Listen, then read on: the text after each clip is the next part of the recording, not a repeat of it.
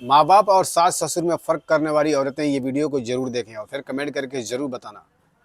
हर 2-3 दिन में यहाँ पे आके टपक जाते हो। ऐसे धीरे धीरे मरने से तो अच्छा है कि एक ही बारी में काम निपटाओ ना, ताकि मैं भी फ्री हो जाऊं। करण, तुम पागल हो गए हो क्या? क्या बक रहे हो मेरे पापा के बारे में? मैं जो बोल रहा हूँ ना बिल्कुल सही बोल रहा हूँ। जब भी बीमार होते हैं मुंह उठा के हमारे घर में आ जाते हैं। मेरी 1 महीने की सैलरी ना इनके 2-3 चेकअप में चली जाती है। ऊपर से ये बुढ़ा 1 गिलास पानी तक का उठा के नहीं पीता ये। बीमार आदमी के साथ ऐसे बात की जाती है क्या?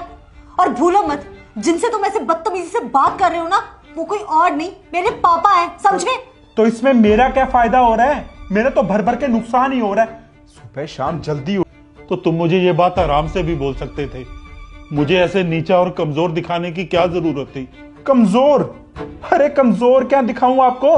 हमारे घर का अच्छा अच्छा खाना खा खा के इतने मोटे हो गए हो, फिर भी पता नहीं तबीयत क्यों नहीं ठीक होती है तुम्हारी। बस बहुत हो गया करण, बहुत बोल लिया तुमने।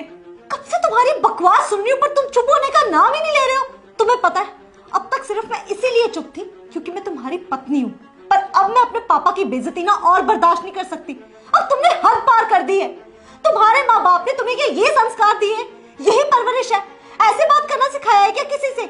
अगर ऐसे बदतमीजी से मैं तुम्हारे मम्मी पापा के साथ बात करती, क्या तुम बर्दाश्त करते? तब तुम्हें कैसा फील होता, बोलो? अच्छा, लगता है तुम भूल गई प्रीति। तुमने भी मेरी माँ के साथ ऐसा ही बिहेव किया था जब वो गांव से अपना इलाज करवाने के लिए शहर आ रही थी। इनफैक्ट तुमने तो उनके आने से पहले उन्हें यहाँ पे ना बुलाने के लिए मुझे बोल दिया था। मजबूरी में आके मुझे माँ को छोटे भाई के घर पे भेजना पड़ा।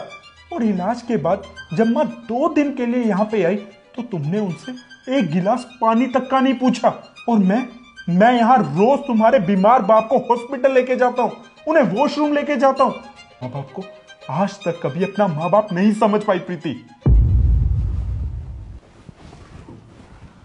जमाई जी ठीक कह रहे हैं बेटी।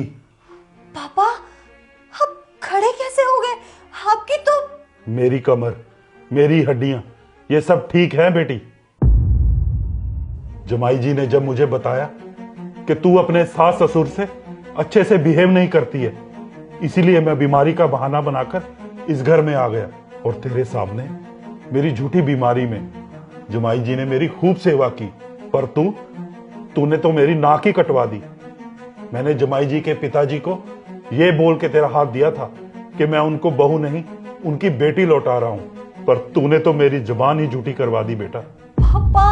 नहीं बेटा, अब तू मुझे पापा तभी बोलना जब तू अपने सास ससुर की बहू नहीं, बेटी बन सके।